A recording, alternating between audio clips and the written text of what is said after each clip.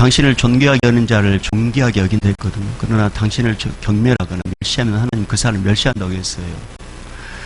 우리가 하나님께 예배하는 거 당연한 것이고, 여러분 하나님께서 하루 24시간 줬잖아요. 24시간에 11조는 원래 하나님께 드려야 된단 말이에요. 하나님께 일주일을 주셨잖아요. 일주일에 첫날은 원래 하나님께 드려야 된단 말이에요. 근데 그러다 우리가 이제 1시간 예배 드리는데, 집에서 준비하면 2시간 정도 잡았을 때 24시간에 11조를 드리는 거 당연한 것이고, 첫날을 드리는 거 당연한 것인데, 마치 못 올 때로 온 것처럼 마지 못해서 오는 어떤 그런 마음이 있다면 회개하셔야 됩니다. 회개하셔야 됩니다. 저는 잘 몰라요. 그러나 이제 제가 영적으로 느껴진다는 거죠. 그런 부분이. 그러니까 그런 마음 빨리 회개하시고, 여러분 하나님은 정말 생명의 주관자단 말이에요. 우리가 이렇게 살아있다 한들 하나님께서 생명 취하면은 내일은 우리에게 없어요. 근데 우리는 너무나도 교만하기 때문에 오늘 사니까 내일도 살 거라는 생각을 하고 있죠. 이게 설교 들어가기 전에 이런 말씀하는 게 참 죄송하지만 마음을 딱 잡고 예배 드리자 그런 마음에서 하는 거 아셨죠? 네, 그러니까 오늘 기쁜 마음으로. 그리고 저는 이런 마음이 들어요. 이거 오늘 예배가 그런 생각 들 때, 오늘 하나님께서 엄청 은혜를 주시겠구나. 이게 사탄이 또 방해하는구나. 그래서 오늘 이 예배 시간은 하나님께서 엄청나게 은혜 주실 것입니다. 그러니까 그 은혜 받을 그릇 준비됐나요? 할렐루야! 예. 자, 가정의 달을 지내면서, 오늘 말씀 듣도록 하겠습니다. 김봉국님이 지으신 쓴 책, 승자의 안목이라는 책에 보면 이런 글이 실려 있습니다. 유능한 기자 한 분이 있었습니다. 이분은 기사도 잘 쓰고 특종도 많이 내가지고 칭찬을 한 몸에 받는 그런 기자였습니다. 그는 누구도 인정받는 편집국장이 될 거란 이거 의심하지 않았습니다. 그렇게 기대를 모았던 인물이었습니다. 하지만 그가 이제 부장으로 승진한 이후에 예상이 빗나가기 시작했습니다. 그가 소속된 부서의 기자들은 그와 같이 일하기를 꺼려했습니다. 그가 옮겨가는 부서마다 조직 관리의 문제가 따라다녔습니다. 그는 결국 편집국장을 못한 채 회사를 떠나게 됩니다. 저자는 왜 평기자 시절 잘 나가던 사람이, 왜 똑똑한 사람이 직급이 올라가면 추락하는 것일까? 저자는 이렇게 글을 이어갑니다. 제가 읽어보겠습니다. 답은 간단했습니다. 직급이 올라갈수록 개인 능력보다 소통 능력이 중요해지는데 그 역할을 제대로 못했습니다. 조직 생활을 하다 보면 하위 직급에 있을 때는 자신의 일만 잘 챙기면 인정받을 수 있지만 팀이나 부서의 리드를 맡게 되면 혼자서는 잘한다고 되는 게 아니라 팀이나 부서 전체를 잘 챙겨야 합니다. 그러기 위해서는 소통이 중요합니다. 이렇게 이제 이어갔습니다. 그러니까 이 기자가 개인 플레이 할 때는 아주 유능했는데 팀의 리더가 되다 보니까 이 소통이 이제 부재했던, 소통이 잘 안 됐다는 것이죠. 그러면서 저자는 소통이 중요한데 소통의 능력을 키우는 쉽지만 아주 효과적인 한 가지 방법을 소개합니다. 그게 뭘까요? 여러분 그게 뭐라고 생각해요? 소통을 하는데 아주 쉬운 방법. 뭐라고 생각해요, 여러분? 예. 나보고 말해라고요? 예.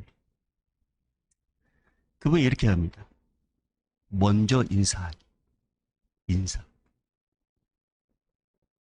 아침에 출근할 때 활기차게 안녕하십니까? 안녕하세요? 아침 식사 하셨습니까? 아침 식사 하셨어요? 오늘도 좋은 날입니다. 이렇게 인사를 하는 사람이 있는 반면에 어떤 사람은 슬그머니 자기 자리에 가서 컴퓨터를 주섬주섬 이렇게 켜면서 하루 일과를 시작하는 사람도 있다는 것입니다. 어떤 사람은 동료와 이렇게 눈이 딱 마주치면 딱 눈이 마주치는 순간 환하게 탁 웃어주면서 고개를 한번 이렇게 인사하는 사람이 있는 반면에 어떤 사람은 동료와 눈이 딱 마주치면 미소를 보내지도 않고 그냥 멀뚱멀뚱 쳐다본다는 거죠. 그러다가 고개를 싹 돌린다는 거죠. 이게 얼마나 어색하겠습니까? 여러분 어떻습니까? 여러분 어때요? 웃어주세요? 예.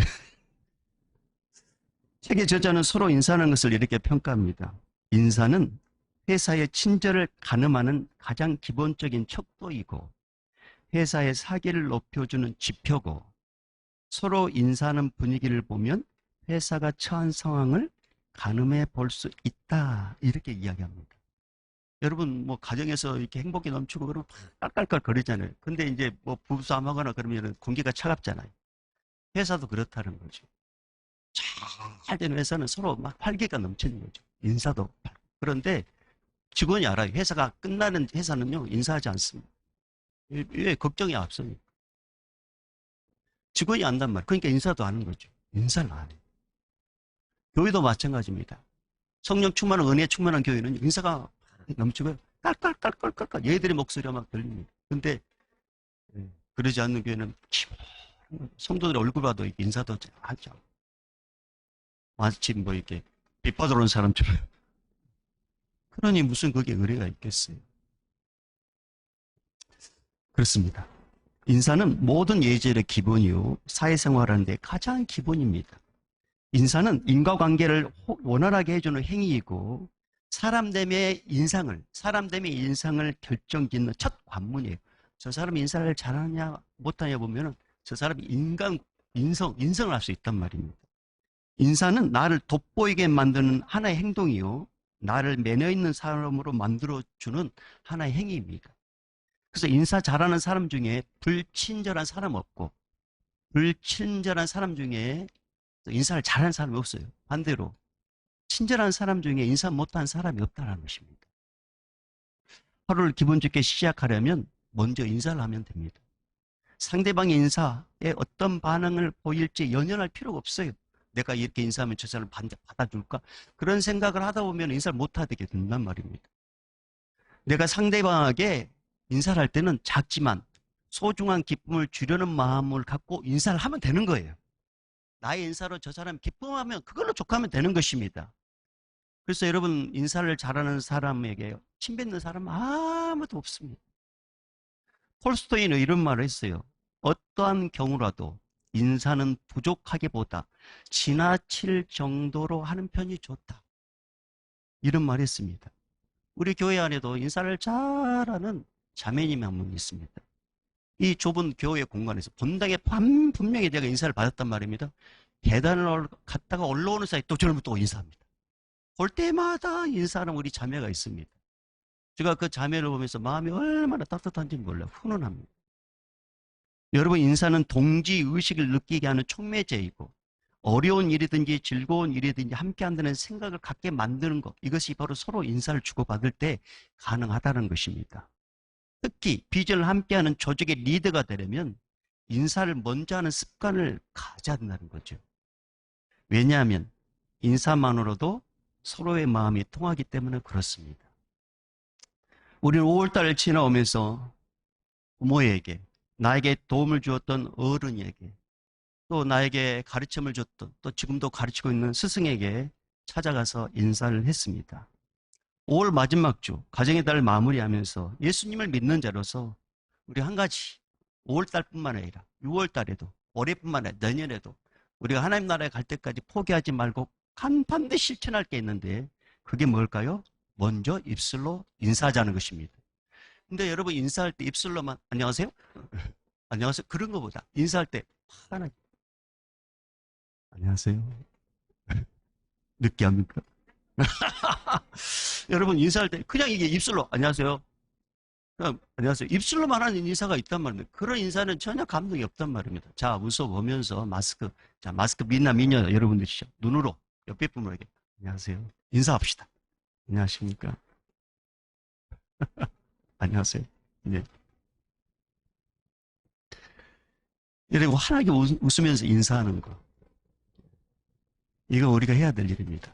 근데 여러분, 우리에게 이렇게 인사할 수 있는 부모와 어른과 이런 이 스승의 이 소중한 만남을 허락해 주신 분이 계시는데 그분이 누구셔요? 하나님이십니다. 이런 축복된 만남을 주신 분이 계신데 그분이 하나님이신데 여러분, 우리 하나님에게도 인사 잘하셔야 됩니다. 그럼 하나님께 인사하는 것은 어떻게 인사하는 거냐? 감사하면 됩니다. 감사. 하루를 시작할 때 아이고 죽겠네 그러면서 침대에 일어나지 마시고 침대에 일어나자마자 이렇게 하는 거죠. 하루를 시작할 수 있도록 이렇게 깨워주셔서 감사합니다.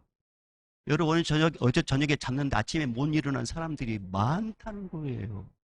우리 심장이 그냥 뛰는 게 아니라는 것입니다. 심장을 뛰게 만들고 하루를 시작할 때 이 침대에서 잠결에서 일어날 수 있도록 해주신 분이 누구시냐? 하나님이시라는 거죠. 그 하나님께 감사 인사를 하는 거예요. 하나님 감사합니다. 이렇게 깨워주셔서 감사합니다. 이게 인사라는 것입니다. 그래서 시편 136편 23절 이하에 보면 이런 말씀이 있어요. 우리를 비천한 가운데서도 기억해 주신 이에게 감사를. 이 비천한 건 뭐냐면 보잘것없는 존재. 아무도 관심 갖지 않는 나 같은 존재를 나에게 관심 가져줄 분이 계시는데 그분이 누구냐? 하나님이시라는 거죠. 그 하나님께 감사하라. 그 인자하심이 영원함이로다. 우리를 우리의 대적에게서 건지신 이에게 감사하라. 그 인자하심이 영원함이로다. 모든 육체에게 먹을 것을 주신 이에게 감사하라. 그 인자하심이 영원함이로다. 하늘의 하나님께 감사하라. 그 인자하심이 영원함이로다. 이게 하나님께 인사하는 거예요. 이게. 여러분, 우리가 음식 그냥 먹는 것 같죠? 제가 이제 우리 이제 교회에 이제 우리 장로님 찾아가셔가지고 이제 우리 권사님 몇 분 이제 장로님 찾아가면서 이제 죽을 사고 왔단 말입니다. 어르신들에게 죽 드시면 되잖아요. 근데 죽 좀 드세요. 장로 그래 힘을 내잖아요. 라고 했더니 못 먹겠대요. 입에 안 넘어간대. 물이 안 넘어간대. 물이 안 넘어. 여러분 밥을 이렇게 먹고 씹고 넘길 수 있도록 이거 그냥 먹는 게 아니라는 것입니다. 건강 주신 분이 누구시? 하나님이십니다. 그분께 감사하는 거. 그게 인사 잘하는 거예요.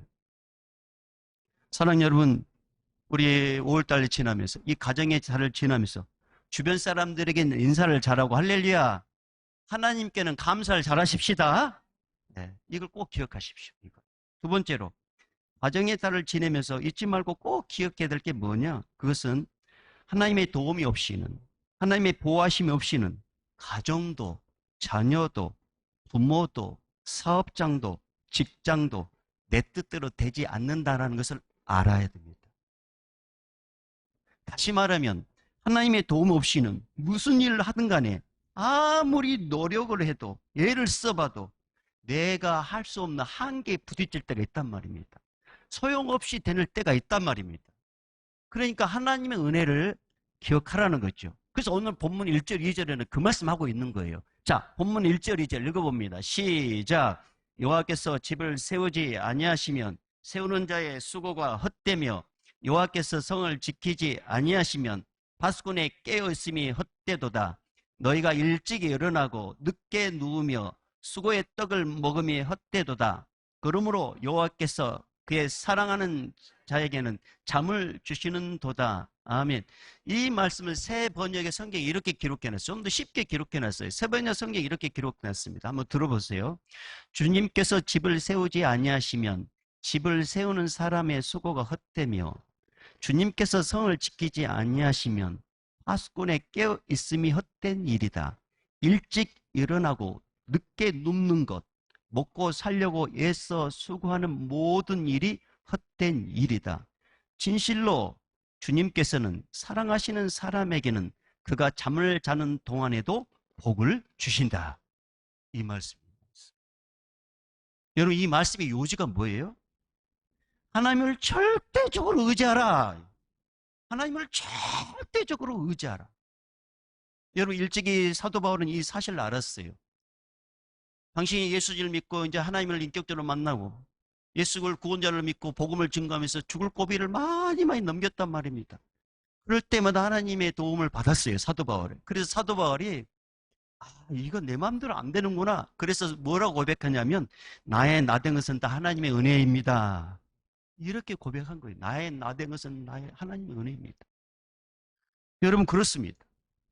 우리도 마찬가지입니다. 지금까지 이 정도 먹고 살 수 있었던 것, 이 정도 지내온 것, 무탈하게 살아올 수 있었던 것, 이 모두 하나님의 은혜입니다. 할렐루야!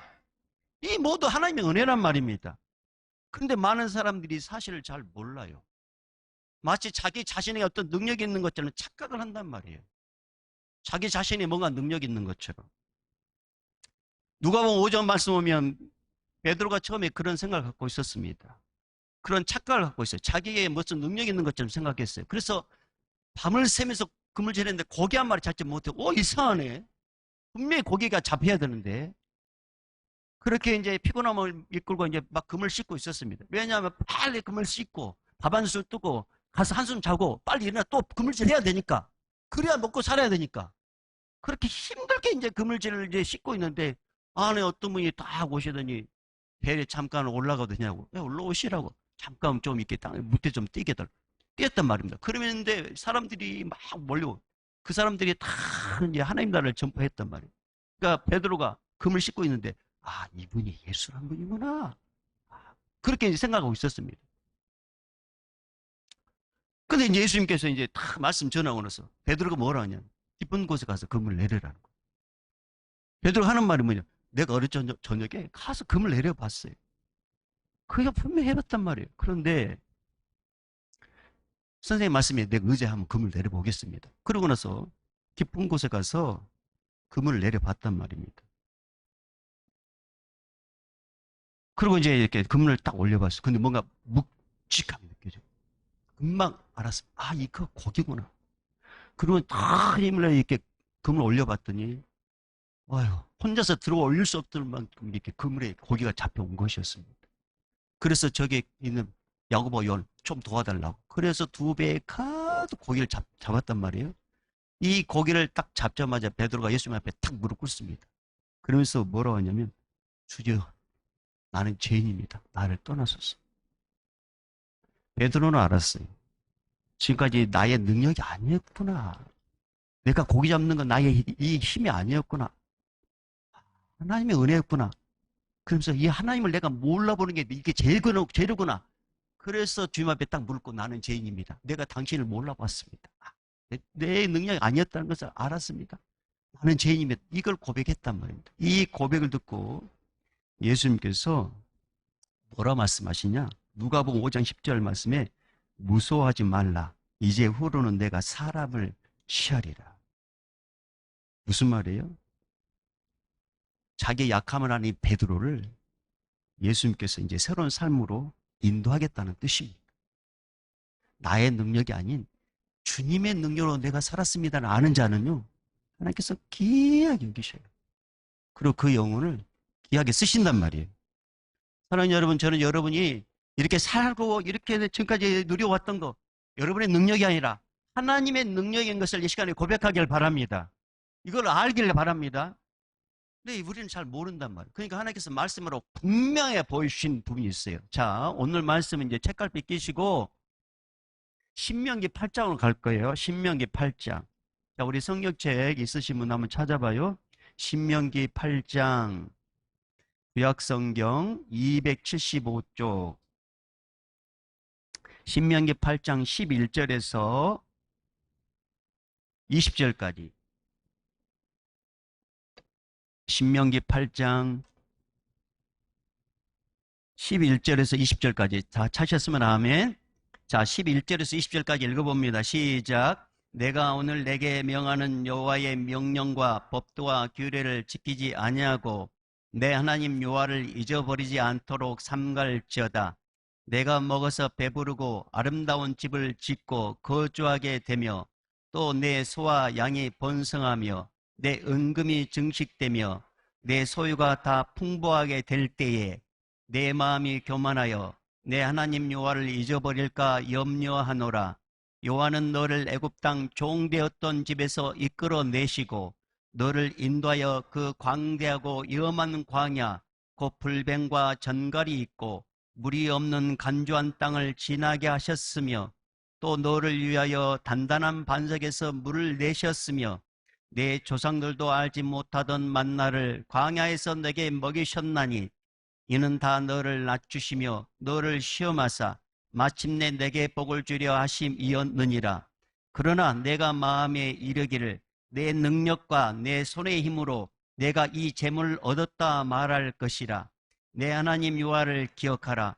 그가 내게 재물 얻을 능력을 주셨음이라. 이같이 하심은 내 조상들에게 맹세하신 언약을 오늘과 같이 이루려 하심이니라. 내가 만일 내 하나님 여호와를 잊어버리고 다른 신들을 따라 그들을 섬기며 그들에게 절하면 내가 너에게 증거하노니 너희가 반드시 멸망할 것이라. 여호와께서 너희 앞에서 멸망시키신 민족들 같이 너희도 멸망하리니 이는 너희가 너희의 하나님 여호와의 소리를 청종하지 아니함이라. 자, 여기서 여러분 다시 한번 17절 18절 다시 읽어봐요. 시작. 그러나 내가 마음에 이르기를 내 능력과 내 손의 힘으로 내가 이 재물을 얻었다 말할 것이라. 내 하나님 여호와를 기억하라. 그가 내게 재물을 얻을 능력을 주셨음이라. 이같이 하심은 내 조상들에게 맹세하신 언약을 오늘과 같이 이루려 하심이니라. 아멘. 이게 17절 18절의 말씀의 의미가 뭐예요? 네 능력이 아니라, 이거. 네 능력이 아니란 말이야. 네가 뭐 수완이 좋다고? 네가 뭐 인간관계 잘해서 그렇다고? 아니다고, 아니다고. 하나님의 은혜라고. 하나님 하신 거라고. 이걸 알아라고요, 이걸 알아라고. 여러분, 하나님께서 여러분의 가정을 보호하셨기 때문에 평안한 것입니다. 하나님께서 여러분을 도와주셨기 때문에 배고프지 않고 살게 된 것입니다. 하나님께서 여러분 삶 가운데 개입하셨기 때문에 이 정도에 살 수 있게 된 것입니다. 이걸 잊지 말라는 거예요. 근데 여러분, 이 은혜는요, 아무나 받는 게 아니에요. 이건 하나님의 자녀만이 받을 수 있는 은혜입니다. 여러분, 우리는 본래요, 이방인이었단 말이에요. 우리는. 지금 이 말씀은 이스라엘 백성들이 준 말이에요. 이거 우리가 상관없는 말씀이에요. 그런데 우리가 누구를 믿음으로 이런 은혜의 자리에 있게 된 거예요? 예수 그리스도. 예수를 믿는 순간 우리 하나님의 자녀가 된 것입니다. 영접하는 자, 곧 그의 이름을 믿는 자들에게는 하나님의 자녀가 되는 권세를 주셨으니 예수님 믿음으로 우리가 하나님의 자녀가 된 거예요. 이스라엘 백성들이 주신 말씀이 우리 말씀이 된 것입니다. 그래서 우리 예수의 은혜에 우리는 감사해야 되는 거예요. 가정의 달을 지내면서 잊지 말아야 될 게 뭐라고요? 주님의 도우심 때문에 이렇게 살고 있다. 주님의 은혜로 이렇게 살고 있다. 앞으로도 주님의 은혜가 필요하다. 이 사실을 잊지 말고 주님을 끝까지 의지하고 주님을 붙잡고 사십시다. 네, 세 번째 마지막으로 가정의 달을 지내면서 꼭 기억해야 될 것. 자, 3절에서 5절까지 읽어봅니다. 오늘 본문 시편 127편 3절에서 5절까지 읽어보겠습니다. 시작. 보라, 자식들은 여호와의 기업이요 태의 열매는 그의 상급이로다. 젊은 자의 자식은 장사의 수중의 화살 같으니 이것이 그의 화살통에 가득한 자는 복되도다. 그들이 성문에서 그들의 원수와 담판할 때에 수치를 당하지 아니하리로다. 아멘. 야, 이게 한마디로 무슨 말이냐? 여러분의 자녀들, 우리 다음 세대들은 하나님의 손 아래서 커야 귀하게 쓰임받는다. 이런 말이에요. 장사의 수중의 화살 같은 자녀란 뭐냐? 하나님이 귀하게 사용하려고 준비한 인물. 이 인물이에요. 이 인물.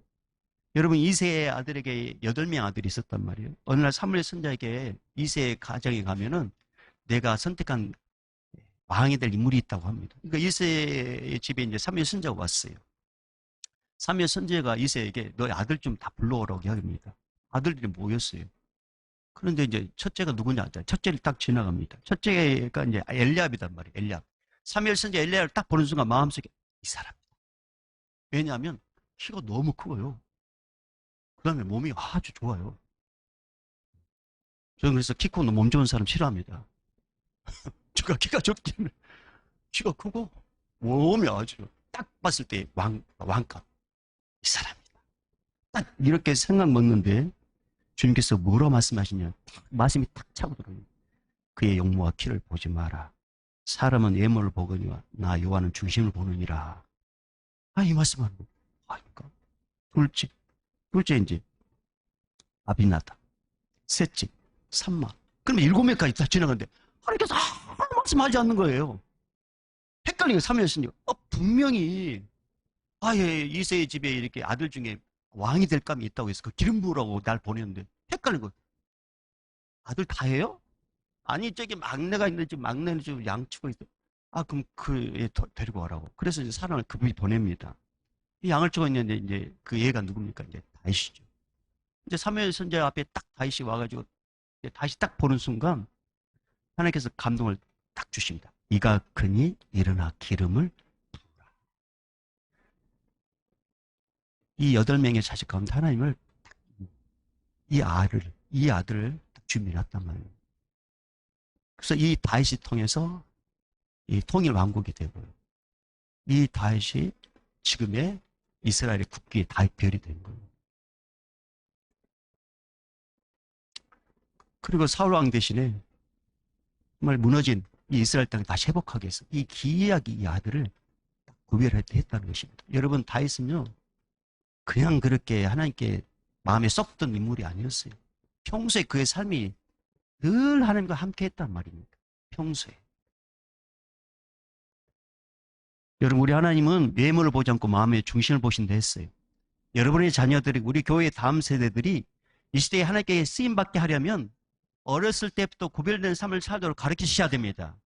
자녀들 마음속에 신앙심을 심어주셔야 돼요. 주일날 하나님께 예배 드린다는 것을 무엇보다 중요하게 가르치셔야 됩니다. 그리고 진리의 말씀인 성경 말씀을 배우도록 도와주셔야 돼요.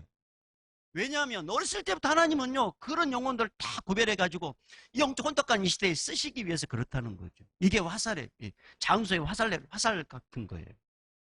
또한 우리 부모님들은 여러분의 자녀를 위해서 이렇게 기도하셔야 돼요. 하나님 우리 자녀가 장사의 수중에 화살 같은 자녀가 되게 해 주십시오. 주님께 쓰시려거든 요긴하게 좀 써주십시오. 이렇게 기도하셔야 된단 말입니다. 이렇게. 왜 그러냐? 사람을 들어 쓰시는 것은 하나님의 손에 달려있기 때문에 그렇습니다. 하나님의 손에 달려있기 때문에 그런 거예요. 쓰임받고 싶어도요 하나님께서 아니면 안 되는 거예요. 그러나 여러분 아무것도 아닌 것 같은 그 영혼이 하나님께 쓰시면요 세상을 주름 잡는단 말입니다. 하나님의 손에 달려있어요. 여러분 세상에는 금수저란 말이 있죠. 세상에는 아빠 찬스라는 말이 있습니다. 그렇지만 여러분 하나님 믿는 자녀들은 이런 말 아무 소용없어요. 우리 하나님 어떤 자를 쓰시느냐? 금수저 아닙니다. 누군 자? 어떤 자? 깨끗한 자. 할렐루야. 깨끗한 자. 아빠 찬스 없어도 걱정하지 마십시오. 우리 하나님 아버지 찬스가 있습니다. 하나님 그런 우리 하나님이시란 말이에요. 가정의 달을 기억하면서 꼭 기억해야 될 것. 자녀들은 하나님의 기업이므로 분명히 하나님께서 이 자녀를 향한 계획이 있다. 분명히 이 자녀를 향한 하나님의 계획이 있다는 것입니다. 그 하나님의 계획에 쓰임받으려면 우리 부모님들께서 늘 기도해 주셔야 되고 주일만큼 성수하게 만들고 하나님을 찾게 만들고 말씀 가까이 하게 만들고 어렸을 때부터 딱 구별되게 만들어야 된단 말이에요. 그럴 때 장사 수중에 화살같이 쓰임받게 되는 요긴하게 쓰이는 거예요. 요긴하게. 저는 우리 교회 여러분의 자녀들이 우리 교회의 다음 세대들이 하나님께서 요긴하게 쓰임받는 그런 인물들 되기를 주님 축복합니다. 자, 가정의 달을 지내면서 3가지 생각했습니다. 첫 번째, 주변 사람들 인사를 잘하자. 하나님께도 인사를 잘하는데 뭘 잘하자? 감사하자. 두 번째, 하나님의 도우심이 없이는 아무것도 할 수 없음을 기억하자. 하나님을 절대적으로 의지하자. 자녀들은 하나님의 것이기 때문에 하나님께서 쓰실 수 있도록 하나님께서 쓰실 수 있도록 항상 신앙생활에 집중하고 혹 자녀들이 당장 바뀌지 않아도 마음으로 여러분 포기하지 마시고 하나님께서 이 자녀를 향한 계획이 있다. 그런 믿음을 가지고 기도로 중보하십시다. 그럴 때 하나님께서는 여러분의 가정과 여러분의 자녀와 여러분 삶 가운데 놀랍게 개입하셔서 날마다 할렐루야 역사가 일어나게 될 줄로 믿습니다. 이제는 우리 주 예수 그리스도의 은혜와 하나님 아버지의 만극하신 사랑하심과 성령님의 감화 감동 교통 충만하심이, 하나님의 은혜가 없이는 살 수 없고 하나님의 은혜가 꼭 필요하고 앞으로도 하나님의 은혜가 필요합니다, 이렇게 고백하고 이렇게 사모하고 이렇게 기대하는 모든 성도들의 그 기대 위에 오늘 또 땅까지 복음을 증거하는 우리 선교사님들과 코로나의 새 전망이 세하는 의료진들과 방역당국과 이 일로 인해서 함께 예배하지 못하는 우리 믿음의 권속들과 병원에 입원한 환우들과 이 예배 현장인 우리 믿음의 성도들과 우리 다음 세대, 우리 청년 세대들 위해 이제부터 영원히 쓸지어다. 아멘.